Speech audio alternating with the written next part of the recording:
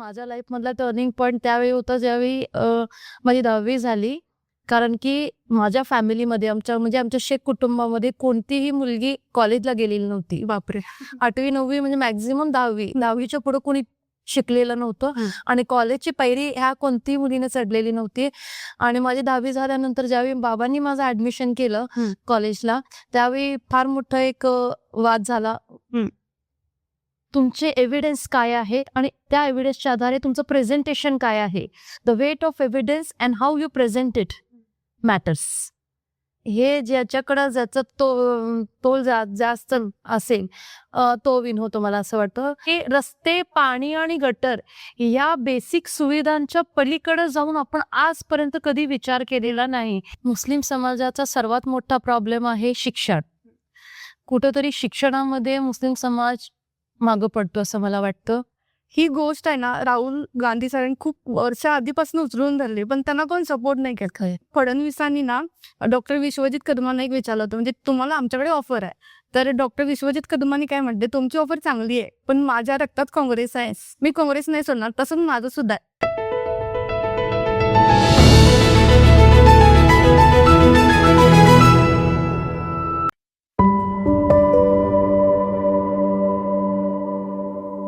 कोर्टरूममध्ये न्यायासाठी लढणारे आहेत वकील, समाजातील गरजू लोकांना मदतीचा हात देणारा एक समाजसेविका आणि लोकांचा विश्वास जिंकून नगरसेविका बनलेला एक लोकनेता.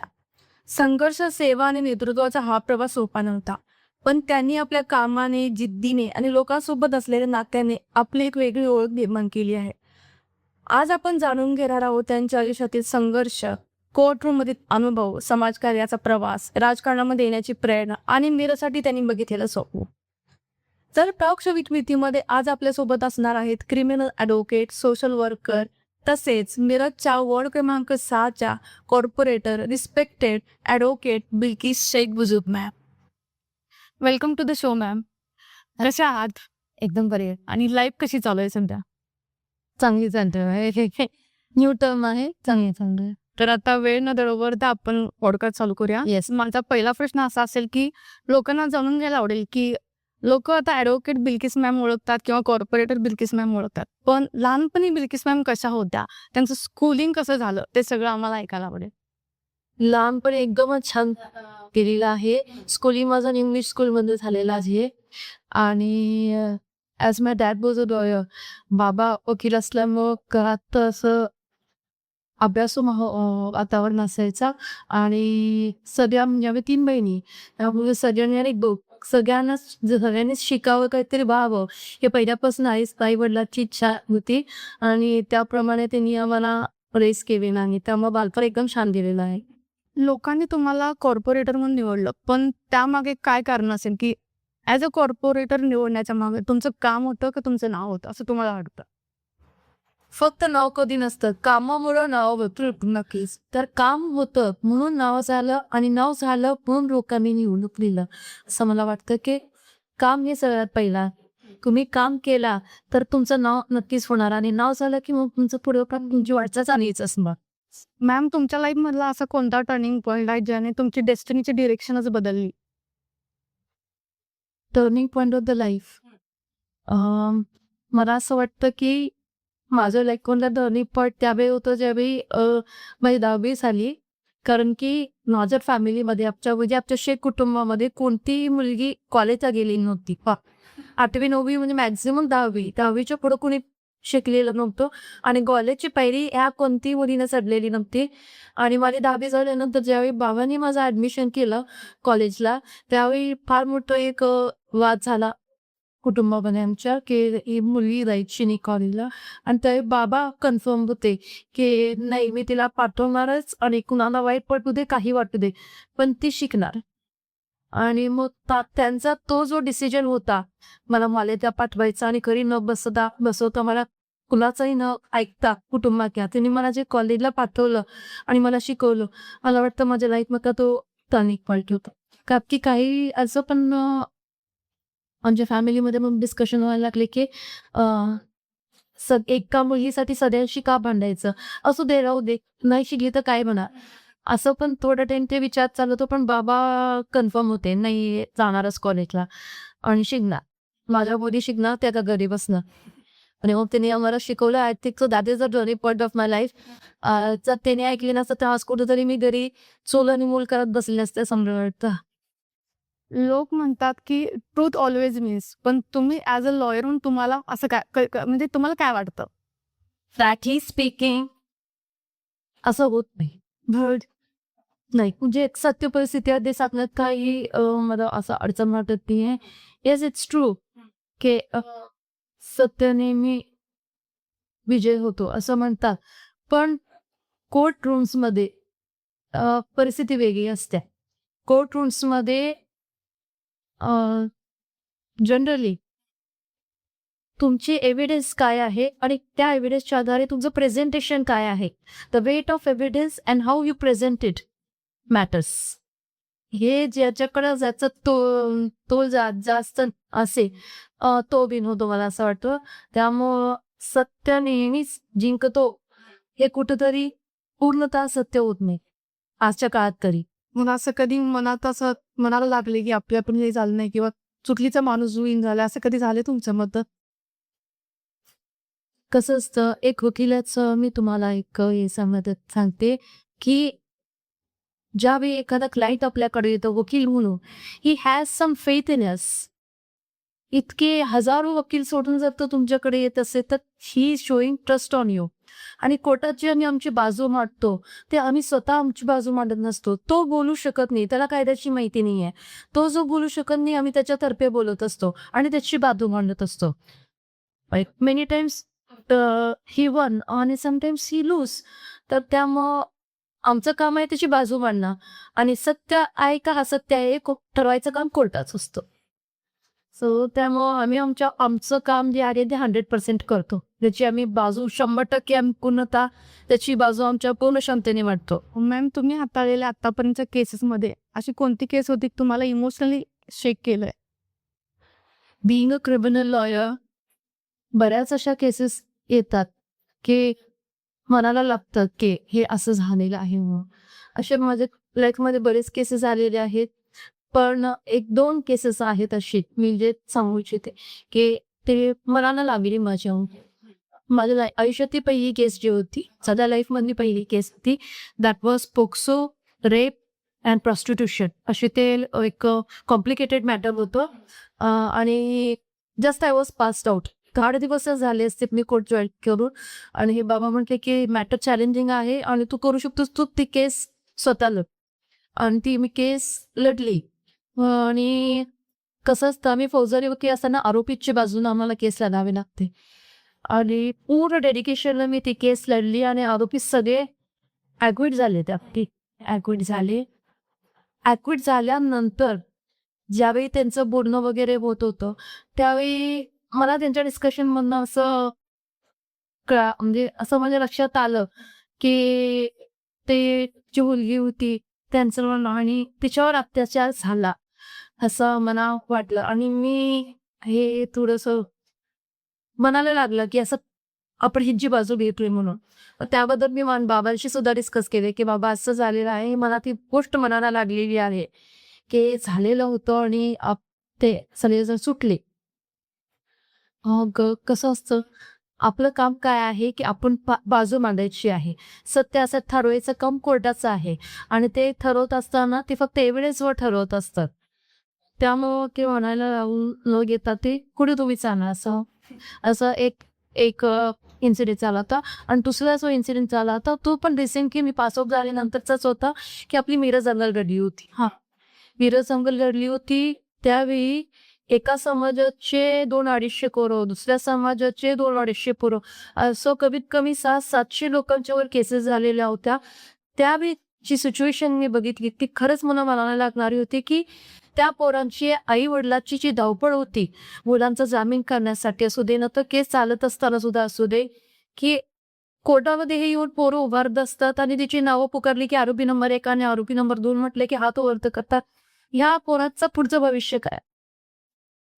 काहीतरी एक इन्सिडेंट होतो आणि सगळे जण बाहेर असे पडतात आणि काहीतरी दंगल घडवून येत्या. पण कित्येक लाईफला ती दंगल इफेक्ट करत्या, कित्येक मुलांच्या लाईफला इफेक्ट करत्या, त्याच्या करिअरला इफेक्ट करत्या. हे सगळं मी जिवंतपणे हे सगळं बघत होते ना, तर मला इतका ते वाईट वाटत होतं की ह्यांचं पुढचं आयुष्य काय.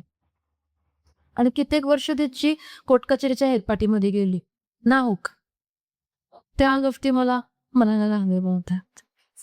ॲडव्होकसीमध्ये करिअर सक्सेसफुल असताना सोशल वर्कमध्ये जाण्याची गरज का वाटली? पहिली गोष्ट अशी की ॲडव्होकेसीमध्ये म्हणजे फौजदारी वकील म्हणून फार कमी महिला आहेत. जे क्रिमिनल लॉयर महिला या फार आपल्या हाताच्या बोटात पोचण्या इतक्या महिला आहेत. आणि अशा परिस्थितीमध्ये मायनॉरिटी कम्युनिटीबद्दल येऊन मी प्रॅक्टिस करते. त्याबद्दल मला माझ्या बाबांच्यावर अभिमान आहे की त्यांनी मला ते संधी उपलब्ध करून दिली. तर आपल्या समाजातून ज्यावेळी आपण येतो आणि आपण काहीतरी काम करत असतो, कोर्टामध्ये असू दे, बाहेर असू दे, तर if you have a capacity to speak for your people, आपल्या लोकांसाठी बोलण्याची आपल्याकडे कॅपॅसिटी असेल तर आपण का पडू नये, हा विचार मनामध्ये आला. आणि मग मी माझं सोशल वर्क चालू केले की सोसायटीने मला इतकं काही दिलं, I have to pay back something to the society. तर त्यामुळं मग एक सोशल या भावनेतून माझे काम सुरू झाले. आणि मग मी याच माध्यमातून पुढं माझं सोशल वर्क कंटिन्यू करत करत मग आता राजकारणात. सोशल वर्क करताना अशी कोणती स्टोरी म्हणजे तुम्हाला भेटली ती कायम लक्षात राहील? सोशल वर्क करत असताना बऱ्याच गोष्टी आपल्या समोर येत असतात, मनाला लागत असतात. कारण की जास्त खूप महिलांची होतं. महिला ज्या आहेत ते कोणत्याही नेत्यासमोर म्हणून बोलू शकत नाही, जेंट्स समोर म्हणून बोलू शकत नाही. पण ज्यावेळी एखादी स्त्री त्यांच्याकडे जाते त्यांच्या समस्या विचारायला, तर त्या खुलून बोलतात. माझं ज्यावेळी इलेक्शनचा प्रचार चालू होता त्यावेळी मी घरोघरी फिरत होते. त्यावेळी माझं लक्षात आलं की कोणताही समाज असू दे, प्रत्येक समाजातल्या स्त्रियांचं सगळ्यात मोठं जो एक समस्या आहे ती म्हणजे वर्क. घरी बसून आम्हाला काहीतरी काम द्या. दीदी तुम्ही काही पण काम आणून द्या, आम्ही घरी बसून करतो. 200-300 काही एक मिळू देत पैसे, पण आमचं घर तेवढं चालेल, घराला हातभार लागे. ही जी भावना आहे त्या प्रत्येक स्त्रीच्या मनामध्ये होती आणि ती आम्हाला कुणाला व्यक्त करता येत नव्हती. आम्ही तुमच्या समोर व्यक्त होतो म्हणून असे बऱ्याच ठिकाणी मला बोलवून सांगण्यात आलं की आमच्यासाठी काहीतरी करा. हे जे आहे तळमळ त्यांची, ते मनाला लागणारी की they don't want to be dependent on someone. कधी नवरा आणून पैसे देईल, मग तो घर चालेल, मग ती भाजी आणेल, मग ती मुलांचा काही राहणे. हातात आपलं स्वतःचं अर्निंगचे 4 पैसे असणे हे फार मोठी गोष्ट असते. आणि आपलं एक स्वतंत्र असतो त्यामध्ये खर्च करायचं असतो, ते काही मुलांच्यासाठी किंवा आपल्यासाठी. मग ते आता जे स्त्रियांच्या भावना होत्या ते मला जवळून पाहायला मिळाले प्रचाराची, आणि ते फार मनाला लागणार विचार. इलेक्शन जिंकल्यानंतर सगळ्यात पहिला विचार काय आला होता मनामध्ये? ज्यावेळी काउंटिंग सुरू होती मला असं वाटत होतं घासवणूक करून अफवा कुठंतरी येणार, मला म्हणजे असं वाटत होतं. पण पहिल्याच फेरीमध्ये मला इतकी लीड मिळाली की मला वाटलं आता आपण चांगल्याच मताने निवडून येणार. आणि मग ती लीड इतकी गेली की आपली 4,000 पर्यंत लीड गेली आणि मी निवडून आले. मग ज्यावेळी काउंटिंग सेंटरमधनं आम्ही बाहेर येत होतो त्यावेळी मनात विचार असा येत होता की इतकी लोक माझा वेट करत बाहेर थांबती की या लोकांनी माझ्यावर इतका विश्वास दाखवला, इतकं प्रेम दिलेलं आहे मला, whether I will B justified. त्यांना मी जस्टिफिकेशन देऊ शकेल का, त्यांना मी त्यांच्या विश्वासाला त्यांच्या प्रेमाला मी न्याय देऊ शकेल का, हा मनामध्ये माझं येत होतं. कुठं मी कमी नाही पडायला पाहिजे यांच्यासाठी. आणि माझ्या यांच्याला जेवढं होईल मी माझ्या दोघांसाठी काम करता. कॉर्पोरेटर झाल्यानंतर तुमच्या लाईफ मधला सगळ्यात मोठा चेंज काय आहे? चेंज म्हणजे थोडक्यात कसं झालेलं आहे की फॅमिलीला वेळ देणं जरा कठीण आलंय मला. कारण की पहिलं माझं कोर्ट आणि फॅमिली असं दोन्हीकडे माझं बॅलन्सिंग होत होतं. पण आता महापालिका कोर्ट, कारण की मी निवडून जरी आले असेल तरी मी माझी प्रॅक्टिस सोडलेली नाहीये. थोडं प्रॅक्टिसवर इफेक्ट पडतो, थोडी कमी केली पण सोडली नाही आणि सोडणार पण नाही. त्यामुळं प्रॅक्टिस महापालिका आणि घर हे आणि बाकीचे मग कसे वॉर्डामध्ये फिरावा लागतो, लोकांना भेटावा लागतो. त्याच्या समस्या जाणून घेण्यामध्ये घरी बसून समस्या गळत असतात आणि प्रत्येक माणूस तुमच्यापर्यंत पोहोचू शकत नाही. त्यामुळं आपल्याला वॉर्डातनं फिरावं लागतो, लोकांच्या मध्ये जावं लागतं त्यांच्या समस्या जाणून घेण्यासाठी. यामुळं फॅमिलीला थोडा वेळ देणं कमी झालेलं आहे. एवढंच येणं आहे बाकीच. मॅम 5 वर्षानंतर लोकांनी जर तुमच्या कामाबद्दल रिपोर्ट कार्ड बनवलं तर त्यामध्ये कोणत्या अचिव्हमेंट्स असाव्या असं तुम्हाला वाटतं? कसं असतं, नगरसेवक ज्यावेळी प्रचाराला जातात, त्यावेळी मी जे बघितलेलं आहे ते, आम्ही तुम्हाला चांगले रस्ते करून देतो, गटर साफ असे आणि पाणी येईल व्यवस्थित, कचरा उठेल व्यवस्थित. ह्या एक 2-4 गोष्टी सोडल्या, तर याच्या व्यतिरिक्त काहीच बोलत नाहीत. आश्वासन द्यायचं. नाही आश्वासन पण नाही, फक्त म्हणजे म्हणजे to the extent of Miraj मी म्हणते, आपलं मिरज सांगली मिरज कोपवाडचं मी सांगते की रस्ते, पाणी आणि गटर या बेसिक सुविधांच्या पलीकडे जाऊन आपण आजपर्यंत कधी विचार केलेला नाही. प्रत्येक येणारा निवडून येणारा नगरसेवक आपल्याला याच 4 गोष्टीचे आश्वासन देत असतो आणि याच गोष्टींवर इतके वर्ष निवडणुका चालतात. त्यामुळे मग पुढच्या गोष्टी आपण कधी करणार? प्रगतीच्या गोष्टी आपण कधी बोलणार? ह्या कधीच होत नाही. शिक्षणाचं काय? आज आपल्या महापालिकेची जर तुम्ही शाळा बघितली तर आमचं आता महापौर साहेबांना पण याबद्दल आमचं डिस्कशन झालेलं आहे. आमच्याकडे नेत्यांशी डिस्कशन झालेलं आहे की आपलं कॉन्सन्ट्रेशन जो आहे तो महापालिकेच्या शाळांवर सगळ्यात जास्त ठेवायचं. कारण की तिकडूनच आपलं भविष्य लढणार आहे. मुलं जे लढणार आहेत तिकडूनच लढणार आहे. तर त्यामुळं या गोष्टी ज्या आहे, इन्फ्रास्ट्रक्चर डेव्हलपमेंट म्हणून काय करणार आहे आपण? मोठमोठे उद्योगधंदे वगैरे काय येणार आहे इथं? त्याच्याबद्दल कुणी काही बोलत नाही. रस्ते, पाणी, गटर झालं की संपलं का? मग मला असं वाटतं की ज्यावेळी माझं रिपोर्ट कार्ड बनेल तर या गोष्टी जे आहे बेसिक नीड्स, तर ते आमच्यावर बंधनकारकच आहेत. मला असं वाटतं हे करावेच लागणार, पण ह्याच्या पलीकडे जाऊन पण बोलणं आवश्यक आहे. आणि सगळ्यात महत्वाचा मुद्दा मला असं वाटतं की ज्यासाठी माझ्या लोकांनी मला निवडून दिलेलं आहे, तर ते आहे की त्यांच्या समस्या उभारून बोलणे, त्यांच्या समस्यांसाठी भांडणे. हा जो एक आहे की कॉर्पोरेटर्स म्हटल्यावर एक कामं केली की संपलं असं नाहीये. पण आज आमच्या मुस्लिम समाजाचे इतके प्रश्न आहेत, ते प्रश्न उभारून बोलण्यासाठी व्यक्ती नाहीत. ठामपणे कायदेशीर बाजू मांडण्यासाठी व्यक्ती नाहीये. मला असं वाटतं की लोकांनी मला माझ्या त्यासाठी निवडून दिलेली, मी त्यांच्या समस्या ज्या आहेत ते कायदेशीरपणे प्रशासनासमोर मांडाव्या आणि मी ते नक्कीच मांडणार. आणि या 5 वर्षामध्ये मला असं वाटतं की ज्यावेळी माझा रिपोर्ट कार्ड बनेल त्यावेळी लोकांनी हे सांगायला पाहिजे की ज्यासाठी हिला निवडून दिलेलं होतं ते काम तिने चांगल्या नीतीला केलेलं आहे. एवढं जरी झालं माझं रिपोर्ट कार्ड तरी सफिशियंट आहे. डेव्हलपमेंट म्हणजे ड्रेनेज किंवा रस्ते किंवा बिल्डिंग्स की त्यापेक्षा अजून काही मोठं आहे? लाईट, ड्रेनेज, पाणी आणि रस्ते हे बेसिक नीड्स आहेत लोकांच्या. हे देणं तुमच्यावर बंधनकारकच आहे. आता कसं झालंय, लोकांना असं वाटतं की ह्या ती गोष्टीसाठीच नगरसेवक असतात. रस्ते, पाणी, गटर झाले की नगरसेवक. नाही, नगरसेवकांचं काम याच्या पलीकडे जाऊन आहे. मी तर तुम्हाला सांगितलं जसं की शिक्षण आहे, महिलांसाठी, मुलांसाठी, उद्योगसाठी काहीतरी आणलं आपल्याकडं, ह्याच्यासाठी पाठपुरावा करणे आणि जे बेसिक इन्फ्रास्ट्रक्चर डेव्हलपमेंट करणे, ह्या ज्या गोष्टी आहेत त्या सुद्धा आपल्या नगरसेवकांच्या ह्याच्यामध्ये यावं. तर मला असं वाटतं की ॲटलिस्ट आता इतक्या वर्षानंतर एक पाऊल पुढं आपण जायला पाहिजे. रस्ते, पाणी, गटरचा एक पाऊल पुढे जाण्याचा आता वेळ आलेली आहे. मॅम तुम्हाला एका वर्षासाठी अनलिमिटेड फंड किंवा अनलिमिटेड पॉवर मिळाली तर तुम्ही मिरजसाठी काय कराल? ही बाब मला निवडून आल्यानंतर मला वाटायची की फंड इतकेच असतात, पॉवर्स इतके लिमिटेड असतात, आपण काय करू शकत नाही. कारण की मी ज्यावेळी बघते की इतक्या कोटींचा एखादा प्रोजेक्ट ह्याला दिला, या कंपनीला दिला, तितक्या कोटींचा प्रोजेक्ट त्या कंपनीला दिला. ज्यावेळी मी या गोष्टी ऐकते, 400 कोटी दिलं, 500 कोटी दिला, म्हणून हे 400 कोटी 500 कोटी जातात कुठं? कारण हे 400-500 कोटी मध्ये आपण मिरजेचा चेहरा मोहरा बदलू शकलो असतो. मला असं वाटतं की जर अनलिमिटेड फंड्स आणि अनलिमिटेड पॉवर मिळाले तर मी नक्कीच मिरजेचा चेहरा मोहरा बदलून टाकीत. पण मला कुणी काय विचारायचं नाही, का गप्पेच म्हणून मी सगळं माझ्या डोक्यासाठी सदुपकी करेन. मॅम, तुमच्या सक्सेस जर्नीमध्ये अशी कोणती व्यक्ती आहे जिने जास्त विश्वास ठेवला होता तुमच्यावरती, बाकी कुणी ठेवला नव्हता त्यावेळी? माझे लाईफचे 2 फेज आहे बघ. लहानपणापासून लग्न होईपर्यंत आणि लग्न झाल्यानंतर आजपर्यंतचा. या 2 फेजमध्ये 2 व्यक्ती होते ज्यांनी माझ्यावर विश्वास ठेवला. तर पहिल्या फेजमध्ये माझे वडील ॲडव्होकेट शेख.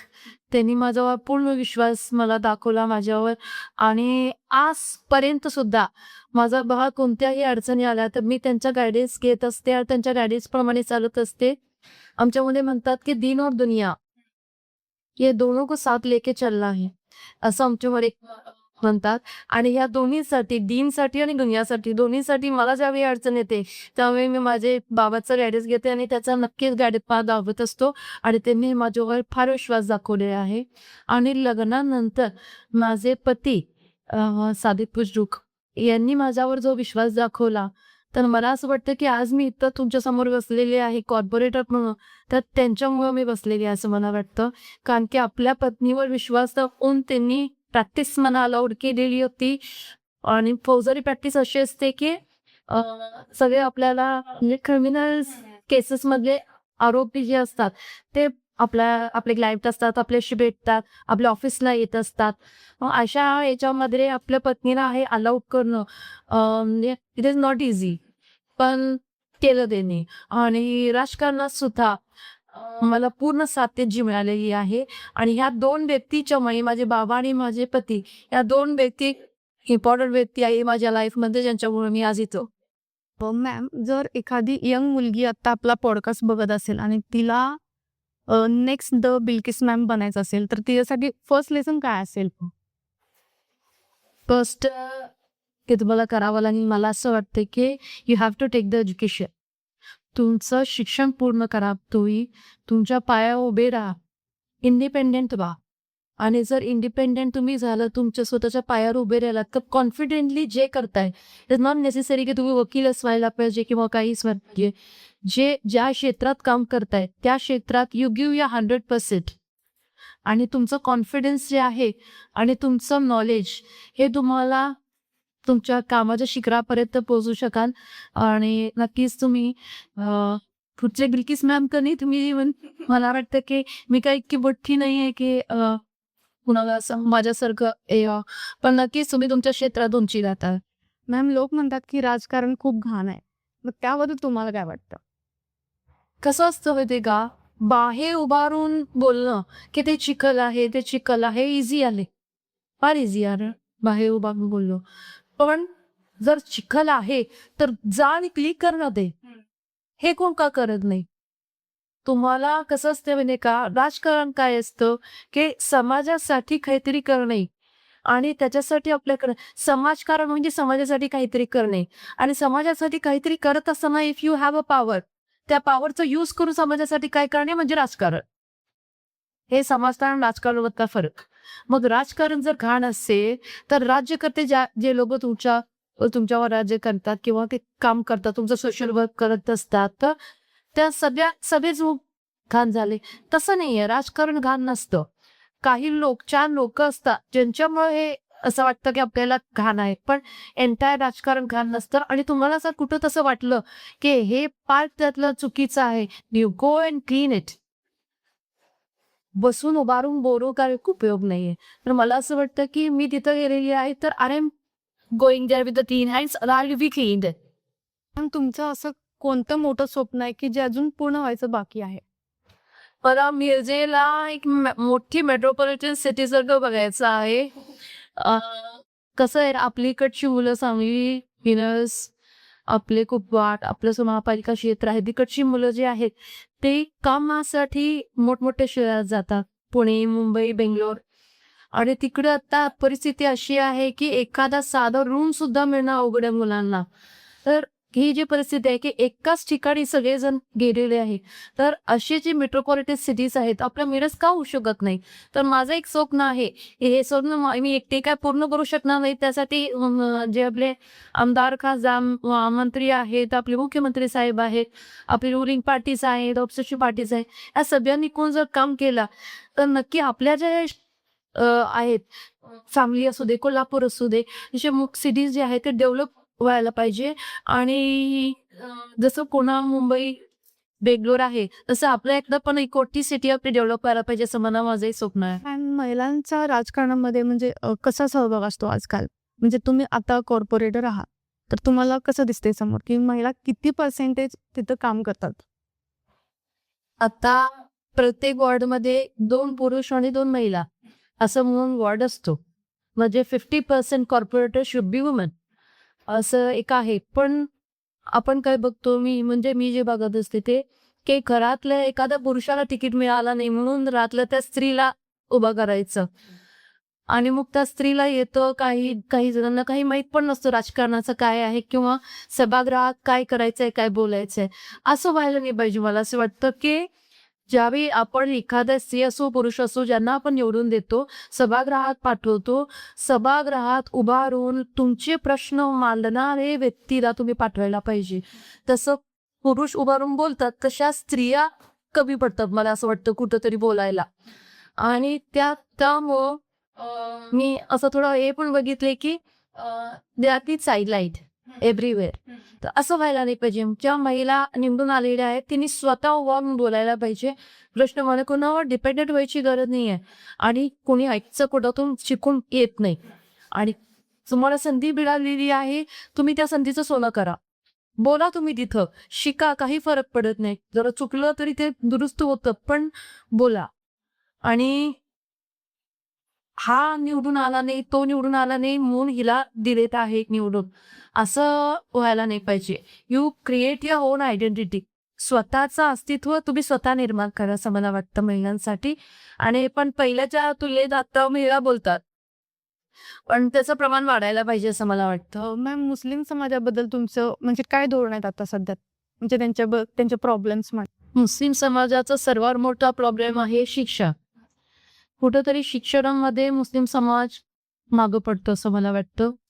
पण आता प्रबोधन इतकं चांगलं झालेलं आहे, की कव्हर होत आहे, पण त्याला अजून वेळ लागणार आहे. आणि दुसरं म्हणजे फायनान्शियली इतका स्ट्रॉंग नाही आहे मुस्लिम समाज. कारण की पूर्वीपासूनच शिक्षणाचा अभाव असल्यामुळं मुस्लिम समाजातील लोकं जे आहेत, तर बिलो पॉवर्टी लाईनची लोकं भरपूर आहेत मुस्लिम समाजामध्ये. आणि त्यामुळं शिक्षण होत नाही, आणि शिक्षण न मिळाल्यामुळे नोकऱ्या मिळत नाही किंवा कामधंदा होत नाही, आणि त्यामुळं घराची फायनान्शियल कंडिशन्स व्यवस्थित नसतात. हा जो प्रॉब्लेम आहे, तो मुस्लिम समाजामध्ये सगळ्यात मोठा प्रॉब्लेम आहे. आणि कसं होतं, जिथं शिक्षणाचा अभाव असतो, तिथं समजून घ्यायची कॅपॅसिटी पण थोडी कमी होते. तर त्यामुळं जिथं शिक्षण असतं, तिथं माणसं समजून घेत असतात. कायदे असू दे, रुपये असू दे, आणि त्याचं स्टँडर्ड ऑफ लिव्हिंग पण चांगलं होतं. आणि मला असं वाटतं, की मुस्लिम समाजामध्ये शिक्षणाचा अभाव असलेलं ह्या सगळ्यात मोठं प्रॉब्लेम आहे, आणि त्याच्यावर काम करणं आवश्यक आहे. आणि माझा जो एक एम असेल, की मुस्लिम समाजातली मुलं-मुली जी आहेत, मुलीसुद्धा, कारण की मुली फार कमी शिकतात, तर मुलं आणि मुली यांनी चांगलं शिक्षण घ्यायला पाहिजे. आणि त्यांनी जर शिक्षण व्यवस्थित घेतलं, तर त्यांच्या फॅमिलीला त्यांनी चांगला हातभार लावू शकते, आणि त्यांचं स्टँडर्ड ऑफ लिव्हिंग वाढेल. त्यासाठी पण नक्की काम करणार आहे. आणि तो प्रश्न महत्त्वाचा आहे मुस्लिम समाजासाठी. आणि तर आपल्या मिरजकरांसाठी तुमचा काय स्पेशल मेसेज असेल? कसं असतं, आपले आई-वडील जे असतात, ते मुलं जर कुठे चुकत असते, तर त्यांना रागावून बोलणं किंवा त्यांच्या चुका दाखवून देणं, हे आई-वडिलांचं काम असतं. त्यामुळं आई-वडिलांचं रागवण्याचा काही प्रश्न येत नाही. तर मला असं वाटतं, की कॉर्पोरेटर्स जे निवडून तुम्ही दिलेले असतात, ते तुमच्या आई-वडिलांसारखेच असतात. मग ते कोण वार्डातला कोण म्हातारा असू दे किंवा तो लहान मुलगा असू दे, माझ्यासाठी ती माझे जे लोकं आहेत, माझ्या प्रभागातली लोकं आहेत, ते माझ्या मुलांसारखे आहेत. तो म्हातारा असू दे, लहान मुलगा असू दे, बाई असू दे, कोणी असू दे, ते माझ्या मुलांसारखे आहे. त्यामुळे जर त्यांनी कुठं चुकत असतील, तर मला त्यांना सांगणं आवश्यक पडतं, की जसं तुम्ही अपेक्षा करता, की आपल्यासाठी हे सगळ्या सुविधा व्हाव्या, तसं आपलं वागणं सुद्धा आपल्याला ठेवायला पाहिजे. आपल्या ज्या प्रॉपर्टीज असतात, महापालिकेच्या ज्या प्रॉपर्टीज असतात, ते आपल्या घराच्या प्रॉपर्टीसारखी आपण जपायला पाहिजे. महापालिकेच्या, आता तुम्हाला सांगते, आमच्या वॉर्डामध्ये एक रस्ता होत होता. मी बघितले, ते रस्ता असं कंप्लीट झाल्यानंतर दुसऱ्या दिवशी त्या रस्त्यावरनं गाड्या फिरत होत्या. आणि तो रस्ता पूर्णपणे आता खराब झाला ते परत आम्ही करायला घेतलेला आहे. पण दिस इज ऑल्सो अवर रिस्पॉन्सिबिलिटी की तो रस्ता होत आहे ना तर त्याच्यावरनं गाडीनं फिरवायचं. समजा एखादा गाडी पाणीची काय तर पाणी मारणारच आहे महापालिकेचं, पण आपण पण एखादा बकेट घरातलं मारलं तर काय फरक पडलं. ही जी आहे ना भावना की ही प्रॉपर्टी जी आहे ती गव्हर्नमेंटची प्रॉपर्टी जरी असली की ती माझी आहे, हा जो जबाबदारीपणा आहे तो आपल्यामध्ये जर वाढला तर मला वाटतं नक्कीच ह्या सगळ्या कोऑर्डिनेशन. फॉर एक्झाम्पल कचरा असू दे, आपण रस्त्याला जात असताना कचरा फेकत असतो, तर ते कचरा कुठं पडणार आणि मग आपण म्हणतो की कचरा उठाव होते, पण हा कचरा केला कुणी? हे कचरा आपणच केलेला आहे. मग त्या गोष्टीची जर आपण जाणीव ठेवली तर तुमच्या आणि आमच्या कोऑर्डिनेशनने आमचं काम आम्ही करणारच आहे 100%. पण एक समाज म्हणून पण आपली काही रिस्पॉन्सिबिलिटी असते ते सगळ्यांनी करायला पाहिजे असं मला वाटतं. मग आपला जो मिरज आहे तो नक्कीच डेव्हलप होणार आहे आणि त्याच्यासाठी दोघांनी म्हणजे समाजाने आणि समाजकर्त्यांनी या दोघांनी मिळून काम केलं तर नक्कीच ते आपली डेव्हलपमेंट होणार आहे असं वाटते. मॅम, नवीनच तयार झालेला कॉक्रोच जनता पार्टीबद्दल तुमचं काय मत आहे? ज्यावेळी चीफ जस्टिस ऑफ इंडियानी बोलले की इंडियाचा युथ जो आहे तो एका कॉक्रोच सारखा आहे, म्हणजे इंडियन युथला कॉक्रोचची उपाधी दिली त्यांनी. त्यावेळी हा सेंटेन्सने पहिल्यांदा ज्यावेळी न्यूजवर बघितले त्यावेळी मला वाईट वाटलं आणि मला this was not expected from the chief justice of India. त्यावेळी मी माझ्या आपलवर टाकले होते की आय एम ऑल्सो कॉक्रोच. हो आहे आम्ही कॉक्रोच आधी. आणि त्यावेळी होतं त्यावेळी ही पार्टी वगैरे काय नव्हती. पण कसं आहे, प्रत्येक देशाची प्रगती डेव्हलपमेंट जी आहे इट इज बेस्ड ऑन दर युथ. आपला युथ काय आहे आणि कसा आहे याच्यावरच आपल्या भविष्यात आपल्या देशाचं भविष्य अवलंबून आहे. आपल्या देशाच्या युथला आपण जर कॉक्रोचची उभारी देत असो तर ते कुठेतरी चुकीचं आहे. मग आम्ही युथ काय करू शकतो हे सगळेजण नाही उठले पेटून उठल्यासारखं झालं की मग दाखवूच ना मी काय आहे. आणि त्याच ह्याच्यातून भाव येतो ही कॉक्रोच जनता पार्टी जी आहे ते उदयास आली. आणि जर मला असं वाटतं की सगळ्यांनी मिळून जर ठरवलं की आपल्याला देशामध्ये काहीतरी बदल घडवून आणायचा आहे तर नक्कीच ते चांगलं काम करतील असं मला वाटतं. आणि आमच्या शुभेच्छा आहेत सर्व युथला, सर्व जेएनसीला आणि they are even welcome in our party Congress. मला आता एवढे प्रश्न तू मला विचारलेली आहेस. मी एक माझ्या मनात आलेला आहे आणि तू कॉक्रोच जनता पार्टीचं विचारलं म्हणून मी तुला एक माझं मनातला आलेला प्रश्न विचारते. तुला कसं वाटतं म्हणजे पॉलिटिक्स बद्दल किंवा जेन झी म्हणून तुम्ही पॉलिटिक्सला कसं बघताय किंवा या कॉक्रोच जनता पार्टीला कसं बघताय? तुला काय वाटतं? कॉक्रोच जनता पार्टीला माझं 101% तरी मी सपोर्ट करणार, कारण की त्यांचे डिमांड्स व्हॅलिड आहेत. म्हणजे मला चुकीचं काय वाटत नाही. पण ही गोष्ट आहे ना, राहुल गांधी सरांनी खूप वर्ष आधीपासून उचलून धरली, पण त्यांना कोण सपोर्ट नाही केला. मी आता राहुल गांधीचं नाव घेते कारण माझे आजी पंजोबापासून आम्ही काँग्रेस समर्थक आहोत. मग मला आज एक बोलायचं आहे की फडणवीसांनी ना डॉक्टर विश्वजित कदमांना एक विचारलं होतं, म्हणजे तुम्हाला आमच्याकडे ऑफर आहे.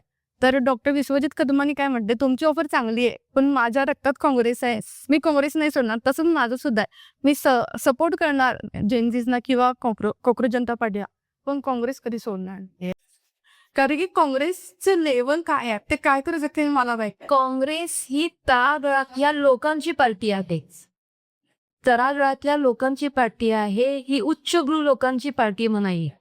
त्यामुळे लोकांच्या समस्या आहेत ते समजून घ्यायचं काम काँग्रेसनं केलेलं आहे आणि इथनं पुढे सुद्धा आम्ही करत राहणार. तर सगळ्यांच्या आवडत्या सेगमेंटकडे आता ओढूया, ज्याचं नाव आहे रॅपिड फायर. तुम्हाला ब्रीफ क्वेश्चनचे आन्सर द्या म्हणजे न विचारता.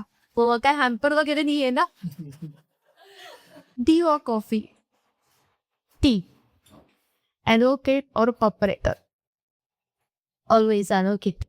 कोर्टरूम की public meeting? Courtroom. One word for mirrors? Love. Your biggest strength? My biggest strength is my family. Your weakness? Weakness is also my family. Favorite leader? Leader. Iron Lady of India, Mrs. Indira Gandhi. One habit you want to change? Craving for sweets is something what I want to change because healthy life हे सगळ्यांनाच सगळ्यांनीच एक healthy life जगायला पाहिजे असं मला वाटतं. आणि पिक अप समथिंग पॉलिटिकल लीडर आपण एक एक्झाम्पल सेट करायला पाहिजे.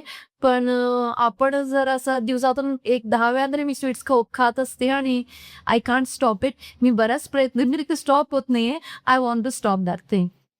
अ person who inspire you the most. A person inspiring me the most is my dad, because he is the most he's very inspiring person in my life, my strength, and whatever I am today, it's because of him. A dream for Miraj. As I have already said, I want to see Mirror as a big metropolitan city. आपल्या मुलांना कुठं कोणत्याही मोठ्या शहरामध्ये जायची आवश्यकता पडू नये आणि सर्व मोठमोठ्या कंपन्यांचे मोठमोठे ऑफिसेस आपल्या मिरजमध्ये असावे आणि सगळ्या नोकऱ्या इथंच अवेलेबल व्हाव्यात आपल्या मुलांसाठी आणि मिरज हे मोठं मेट्रोपॉलिटन सिटी व्हावं असं मला वाटतं. माझी ड्रीम आहे. लेगसी और popularity. Legacy or popularity? Legacy is something which comes to us automatically, but popularity is something which we earn. त्यामुळं पॉप्युलॅरिटी. तर मॅम आजचं पॉडकास्टचे क्वेश्चन सगळे संपले आणि तुम्हाला इथे येऊन कसं वाटलं आपल्या ऑडियन्सला सांगा. मला इथं येऊन आज फार आनंद झालेला आहे. Preeti, you are very good at interview.